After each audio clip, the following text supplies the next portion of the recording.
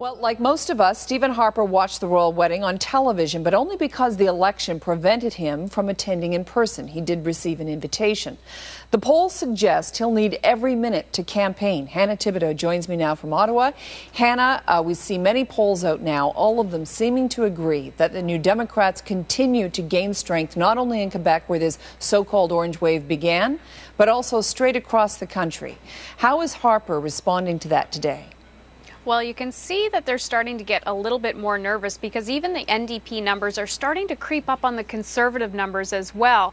And they have been calling for a majority since the very beginning of this campaign. And of course, if they don't get that majority, the first question after Election Day will be what happens with the leader now. So they're really still struggling, still trying to get that majority. That's what he was calling for today. However, he is changing his tune a little bit in his stump speeches. And today he's warning against an NDP-led coalition. Here's Conservative leader Stephen Harper. The only thing that's changed on the other side, the choice all along has been clear, a Conservative majority government or a minority parliament. The only thing that's changed on the other side is the possibility that minority coalition could be led by the NDP rather than the others. The NDP, which is the most extreme in terms of permanent increases of spending and tax hikes. That is the choice before voters. I'm confident that as Quebecers and all Canadians reflect on that, they will want to continue the recovery, continue to keep taxes low, continue to keep creating jobs, and the only way they can do that is with a strong, stable majority Conservative government. Okay, we see what's happening on the campaign trail seems to be dictated by what they're seeing in their internal polls. We're also seeing external polls, polls that are there for everyone to see, and they all seem to be saying the same thing, that the NDP is not only having an impact on the Liberals and the Bloc Québécois, and we'll talk about the Bloc Québécois in a second, but also encroaching on the Conservatives as well, inching closer to the Conservatives and where they want to be. Speaking of the Bloc Québécois and the NDP, there was a letter today released in Quebec, an open letter, which was very good news and unexpected news for the NDP, bad news for the Bloc Québécois. Oh, absolutely. This is not something Bloc Québécois leader Gilles Duceppe wants to have happen this late in the game and when he's still trying to pick up some steam to get his voters out.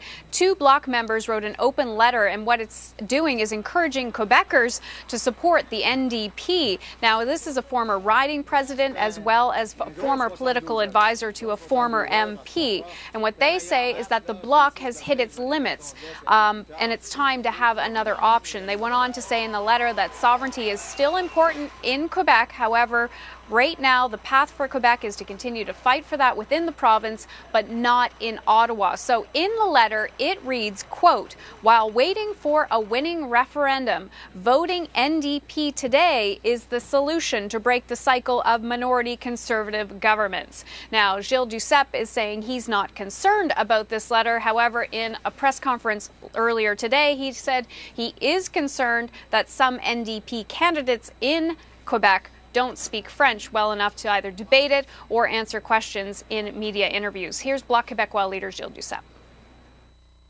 And I think in the best interest of Quebec, it's to vote for the Bloc Québécois. Looking at what the other parties are doing every time they have the choice between Quebec, even the National Assembly in Quebec is saying something, they'll be on Canada's side.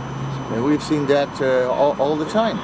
And also a lack of respect when I see people can't speak French being candidates of the NDP are just kind of silly. Okay, referring there, obviously, Hannah, to a couple of candidates who reporters say two candidates who reporters have said cannot speak French well enough to even have their quotes used. Let's talk about Michael Ignatieff. He has to be worried going into this, finishing up this last Friday, going into this last weekend before the election, with the polls showing that NDP surge still going strong. Oh, he has to be extremely concerned. However, he's still trying to keep a brave face. What he's relying on, what he's saying in scrums earlier today, is that he's relying on these 800,000 Liberals who stayed home last election campaign and didn't come out to vote. He's relying on them to come out and vote, but he's also relying on the undecided voters, and he's still trying to stay positive. Here's Liberal leader Michael Ignatieff. We've got 3 days to go. I'm putting on my running shoes, my red running shoes. We're going to have fun. And we're going to hoover them all up. All those undecided voters are sitting there thinking, you know, those conservative voters are saying, wow, is that what I voted for? This looks terrible. All those NDP voters, all those other voters who think, well, we've got to get an alternative to this government, and we've got to get one that's moderate in the center and puts families first. As for NDP leader Jack Layton, he's in British Columbia today. He's starting off in Kamloops, BC. Now, this is a riding that is currently held by the Tories, but was previously held by the NDP. So I think he's really hoping that this wave that began in Quebec will continue all the way out west in BC and help them take that riding back. Well, it's interesting, Hannah, because in the beginning, people were thinking this is maybe a question of whether it was going to be a Conservative majority or a minority, or could the Liberals come on and get some steam. No one really expected in the beginning that the NDP was going to create this so-called orange wave, what some are calling a tsunami right now. So it has the other parties really asking the question, can we keep what we have? I'll admit, Carol, I didn't expect this either. It's quite surprising, and it's quite exciting to see in an election campaign things like this happen. Well, coming up, Dave Taylor is going to discuss with me in approximately 25 minutes' time what all of these latest polls suggest going into the last weekend before the election, and why one pollster is saying this could mean, is not unthinkable, that this could mean a profound reshaping of Canada.